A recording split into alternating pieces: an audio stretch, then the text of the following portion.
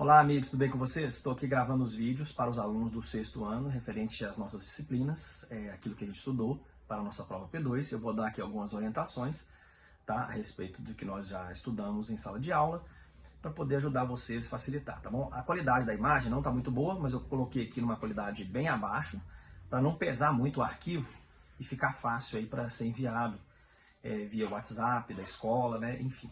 E também, posteriormente, eu estou estudando a ideia de colocar esses vídeos no YouTube para ajudar vocês, tá bom? E é claro que eu vou colocar com uma qualidade melhor, com o microfone de lapela que eu tenho também, para facilitar aqui para quem sabe outras pessoas, né, de outros locais assistam os vídeos também, beleza? Então vamos lá rapidamente. Nós estudamos aqui a Mesopotâmia na Antiguidade, beleza? Então lembra que a história tem 5 períodos? Pré-história, Idade Antiga, Idade Média, Idade Moderna, Idade Contemporânea. Nós estamos estudando então a história, a pré-história e a Idade Antiga, tá bom? Porque quando inventa-se a escrita, passa da pré-história para a Idade Antiga. E nós estamos estudando nesse bimestre sobre a pré-história e a transição da pré-história para a Idade Antiga. Por quê? Porque nós estamos estudando sobre a Mesopotâmia, e a Mesopotâmia é aquela região, deixa eu ver aqui se eu encontro um livro aqui, ó, aquela região lá ali no Oriente Médio, aqui ó, na página 42 do livro de vocês, é essa região aqui, ó, que nós chamamos de Mesopotâmia, beleza? Aqui está o norte da África, tá? Onde está aqui o Egito, beleza? Norte da África. E essa região aqui, chamada de Oriente Médio, tá ok? Onde está aqui Israel, tá ok? Arábia Saudita, tá nessa região aqui, beleza? Então, esses países aqui, Arábia Saudita, Israel, tá pegando daqui, ó, até aqui nós chamamos de Oriente Médio. É aqui que está o Irã, o Iraque, tá ok? Inclusive essa parte de verde aqui é onde nós chamamos de Mesopotâmia, era a Mesopotâmia antiga, beleza? Essa parte verde aqui hoje, né, o país que concentra a maior faixa de território aqui, maior faixa de terra da antiga Mesopotâmia é o Iraque, beleza? Tá bom? Só para você entender hoje. Ah, professor, onde é a Mesopotâmia? Se a Mesopotâmia existisse hoje, seria em qual país? Seria no Iraque, beleza? Tá bom? O Iraque é o país que comporta a maior faixa de território aí da antiga Mesopotâmia, beleza? Então vamos lá começar já com o significado dessa palavra, né? Mesopotâmia. A palavra Mesopotâmia é o significado de duas palavras gregas, né? Meso, que significa meio, e potâmios, que significa rios. Então é meio dos rios. E aí os gregos deu o nome de Mesopotâmia para essa região. E o significado mais literal seria meio dos rios, né? Mas o significado, né, dessa palavra ficou terra entre rios, beleza? Porque o meio dos rios e o meio, onde está o meio, o quê? É terra. No meio ali é terra, então é terra entre rios, beleza? O significado, então, da palavra Mesopotâmia é terra entre rios, ou região entre rios, tá bom? Do jeito que você quiser se expressar aí, beleza? Então vamos lá. Nessa região que inventou-se a escrita, os sumérios são considerados aí os primeiros povos a inventar a escrita. Então, com a invenção da escrita, passa do período da pré-história para a Idade Antiga, beleza? Isso não significa, a gente estudou lá na prova P1, isso não significa que os povos, antes, né, da invenção da escrita, eles não tinham história, né? Porque nós não cremos que, os historiadores não creem, na verdade, né, que a única forma de reconhecimento de história de um povo é somente através da escrita. Então, isso não existe. Então, nós temos muitos outros registros que podem comprovar a existência de povos, por exemplo, cerâmica, construções, grandes construções, pinturas rupestres em cavernas. Então, tudo isso nós podemos decifrar a história desses povos antigos. A escrita, ela tem uma importância enorme. A importância que se dá para a escrita é tão grande que os historiadores, então, dizem que para trocar do período da pré-história para a Idade Antiga, eles colocam como marco a invenção da escrita com os sumérios, né? Então, olha para você ver a importância que se dá para a escrita.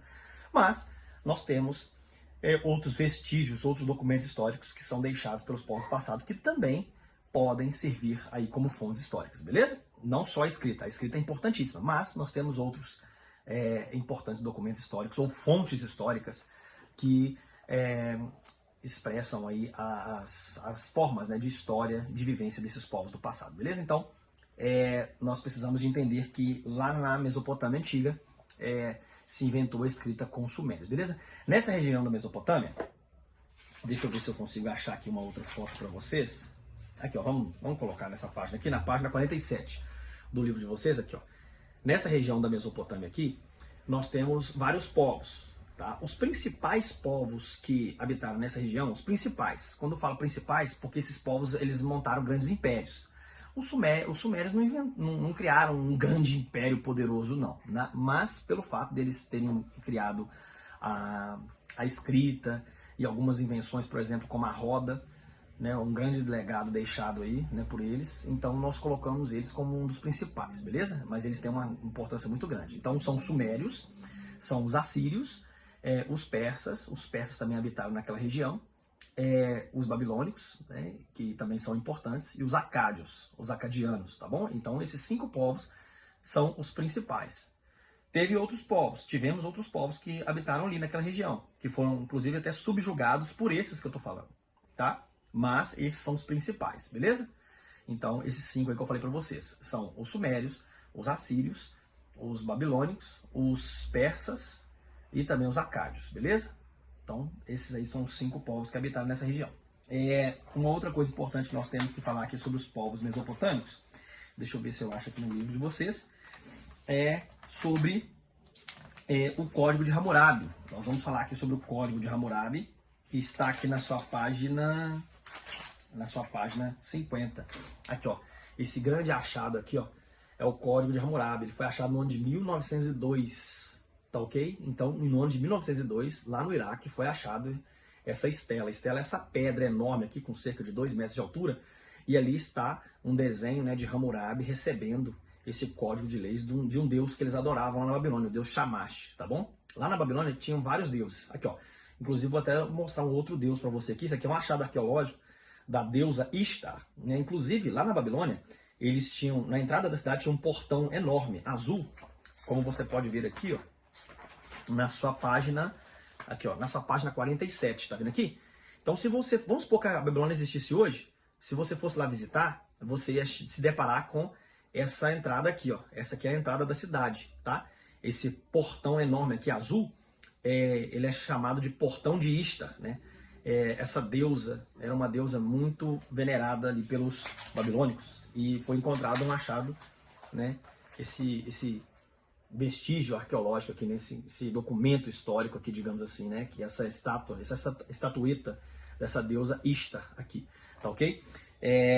Então o Código de Hammurabi, ele é um dos principais achados arqueológicos, né? Ou quem sabe até um dos maiores, né, de toda a história encontrados dos povos mesopotâmicos. Nós temos aí a deusa Ishtar, nós temos vários outros achados arqueológicos, o cilindro de Ciro também, que é um cilindro com as escritas ali sobre o rei Ciro, que é um rei da Pérsia, também é um grande achado arqueológico. Enfim, nós temos vários achados arqueológicos, né? Mas para o vídeo não ficar muito grande, eu nem vou te cobrar isso na prova, então o Código de Hammurabi sim, tá? Mas esses outros aí eu nem vou cobrar nessa prova não, beleza? Então, o Código de Hammurabi é um dos principais. E esse Código de Hammurabi, ele servia para organizar, né, juridicamente falando, eram leis, né? Eram leis que serviam para organizar a sociedade babilônica. Então, para isso que Hammurabi criou esse código de leis, beleza? Esse código de leis servia para organizar essa sociedade babilônica, tá ok? Babilônica, tá bom? Então, cuidado aí na hora da sua prova se te perguntar sobre isso aí, beleza? Tá bom? Nós temos também uma outra grande construção, que é o Jardim Suspenso da Babilônia, que foi já criado ou erigido a mando de Nabucodonosor, que é um rei babilônico também, tá? Só que nós não temos achados arqueológicos que comprovam a existência desse jardim suspenso, né? Até mesmo porque, né, um jardim, se você colocar aí na IA, em alguma IA, para tentar representar ele, você vai ver como que esse jardim possivelmente foi construído. Então, é lógico que supor que devido à questão do tempo e dos povos que também subjugaram a Babilônia, então, com certeza, esse jardim foi destruído, não tem, né, uma representação, né, dele que existe até hoje, beleza? Então é mais difícil de comprovar. Mas o historiador Heródoto, que é o primeiro historiador, digamos assim, ele revelou que encontrou, quando ele fez a sua visita à Babilônia, ele disse sobre os jardins suspensos da Babilônia, que foi Nabucodonosor que mandou construir para sua esposa, beleza? Tá? Mas esse ainda não temos uma evidência concreta. Temos os relatos de Heródoto que já são suficientes para nós crermos sobre esse jardim suspenso da Babilônia, beleza? Ó, o vídeo tá ficando grande, eu vou encerrar aqui para me gravar um segundo vídeo para vocês, beleza? Tá bom? Deus abençoe a todos.